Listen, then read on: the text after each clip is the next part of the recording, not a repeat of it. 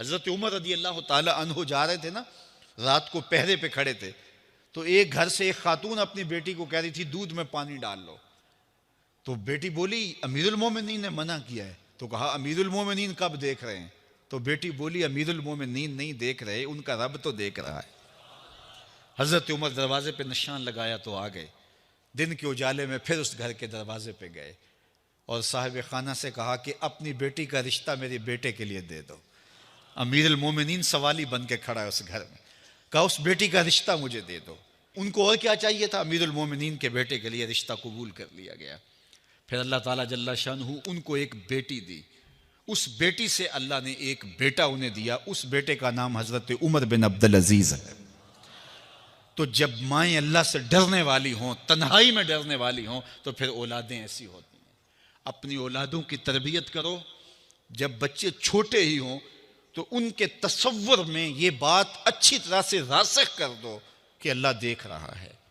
پھر وہ کبھی رشوت نہیں لیں گے کہ اللہ دیکھ رہا ہے، اور وہ کبھی خیانت نہیں کریں گے کہ اللہ دیکھ رہا ہے، وہ کبھی ملک کے راز کو نہیں بیچیں گے کہ اللہ دیکھ رہا ہے، وہ جو ہے وہ بد نگاہی نہیں کریں گے کہ اللہ دیکھ رہا ہے۔ جہاں کوئی کیمرہ نہیں پہنچتا، جہاں سیکورٹی نہیں پہنچتی، جہاں کوئی ایجنسی نہیں پہنچتی، وہاں یہ عقیدہ پہنچتا ہے کہ میرا اللہ مجھے دیکھ رہا ہے۔ تو یقین کی یہ دولت زندگی کا نور ہے، زندگی کا جمال ہے، اور ماہ سیام میں اللہ تعالیٰ اس عقیدے کو روحوں میں اتار دیتا ہے اور باطن میں جذب کر دیتا ہے۔ تو اس کو اپنے اندر اچھی طرح سے ہم اتار کر کے اپنی زندگی میں چراغاں کر سکتے ہیں اور اندھیرے دور کر سکتے ہیں۔ یہ تیقن کہ میرا اللہ مجھے دیکھ رہا ہے، میں اپنے رب کی نگاہوں میں ہوں۔ ارا زبیباً نملۃ سودا، کالی رات کے اندھیرے میں کالے پہاڑوں کی کوکھ میں گہرا غار ہے، اس غار میں چیونٹیوں کا سوراخ ہے، اس میں جب چیونٹی چلتی ہے اور وہ بھی سیاہ رنگ کی ہے، رات کی بھی سیاہی ہے، پتھر بھی کالا ہے اور چیونٹی بھی کالے رنگ کی، سینہ سنگ پر اس چیونٹی کے چلنے کی وجہ سے ایک وہمی اور گمانی لکیر بنتی ہے جس کو خوردبین سے دیکھنا بھی ممکن نہیں۔ تمہارا رب اس کو یوں دیکھتا ہے جس طرح دیوارے چین کو دیکھتا ہے۔ تو کیا ذہن اور دماغ کی سکرین پہ آنے والے خیالات سے وہ غافل ہو سکتا ہے؟ کیا وسوسوں سے وہ غافل ہو سکتا ہے؟ تو آئیے اس یقین اور اس تیقن میں جینے کا گر سیکھیے۔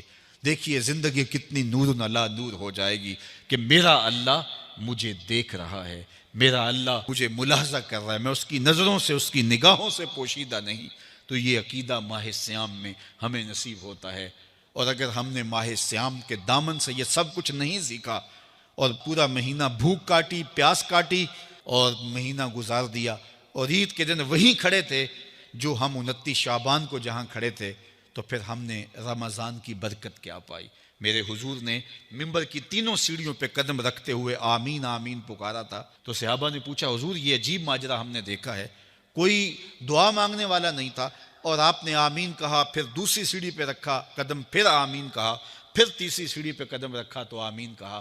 فرمایا میں نے پہلی سیڑھی پہ قدم رکھا تو جبریل حاضر ہوئے اور انہوں نے کہا اس شخص کی ناک خاک آلود ہو جس نے ماہ سیام رمضان المبارک کو پایا اور اپنی بخشش نہ کروا سکا۔ تو میں نے اس پہ آمین کہا کہ ماہ سیام ملے، رحمتوں کی برکھا برستی ہو، جنت کے 8 دروازے کھلے ہو، جہنم کے در بند کر دیے گئے ہوں، ایک نفل کا ثواب فرض کے برابر ہو، فرض کا ثواب 70 فرضوں کے برابر ہو، رحمتوں کی برکھا ہو اور بندہ اپنی بخشش بھی نہ کرا سکے، تو کہا اس شخص کی ناک خاک آلود ہو۔ تو حضور نے اس پہ آمین کہا۔ تو اتنے پیارے موسم کو جو ضائع کر دے، ایسی حسین رت کو جو ضائع کر دے، اس کے لیے وعید بھی کتنی سخت ہے۔ کہا دوسری سیڑھی پہ قدم رکھا تو جبریل آئے اور کہا اس شخص کی ناک خاک آلود ہو جو والدین کو بڑھاپے میں پائے اور خدمت کر کے جنتی نہ ہو سکے۔ ممبر کی تیسری سیڑھی پہ قدم رکھا تو جبریل آئے، انہوں نے کہا اس شخص کی ناک خاک آلود ہو جس کے سامنے آپ کا ذکر کیا جائے اور وہ آپ پہ درود نہ پڑے۔ اللہ اکبر۔ رسول رحمت کا نام آئے تو درود و سلام پیش کرو، ان کا ذکر آئے تو تمہاری روحیں بھی درود پڑھیں، تمہاری زبانیں بھی درود پڑھیں۔ اللہم صلی علی سیدنا و مولانا محمد معدن الجود والکرم۔ ان کا ذکر روحوں کی غذا ہے، ان کا ذکر دل کا قرار ہے، تو ان کے تذکرے کی خوشبو سے اپنے ماحول کو معطر رکھو۔ وہ جوان جو ہی پروان چڑھا ان فوان شباب آیا تو اس کی پیشانی سجدے کے تقدس سے مالا مال ہو گئی. اس کی آنکھوں میں حیا اور شرم کے پہرے آ گئے. اس کے خیالوں میں پاکیزگی آ گئی. اس کی زندگی کے شب و روز نیکی کے ماحول میں بسر ہونے لگے. اس کی راتیں ذکر الہی میں، تلاوت کلام مجید میں اور دن یاد الہی میں روزے سے گزرنے لگے. وہ جوان جس کی جوانی اللہ کی عبادت میں گزری. کیونکہ جوانی اگر عبادت میں گزر گئی تو بڑھاپا تو پر نور ہے ہی ہے. سب سے مشکل مرحلہ زندگی کا جوانی کا ہے. شیطان زیادہ ورغلاتا ہے کسی شخص کو جب وہ جوانی کے مرحلوں سے گزر رہا ہوتا ہے. تو جس کی جوانی خیریت کے ساتھ گزر گئی اور اس نے اپنی جوانی کے تقدس کو محفوظ رکھ کے منزل تک پہنچا لیا، اپنی عصمت کے جوہر کی حفاظت کی، اپنی آبرو کو لٹنے نہیں دیا، اپنی آنکھوں کی شرم و حیا پر پہرے بٹھائے اور آنکھ کو برباد نہیں ہونے دیا اور اپنی زندگی کے تقدس کا پہرا دیا، تو جو جوان اپنی جوانی کو خیریت کے ساتھ گزار گیا. کسی نے کہا تھا نا، کتاب زیست کا ایک اور باب ختم ہوا، شباب ختم ہوا، ایک عذاب ختم ہوا.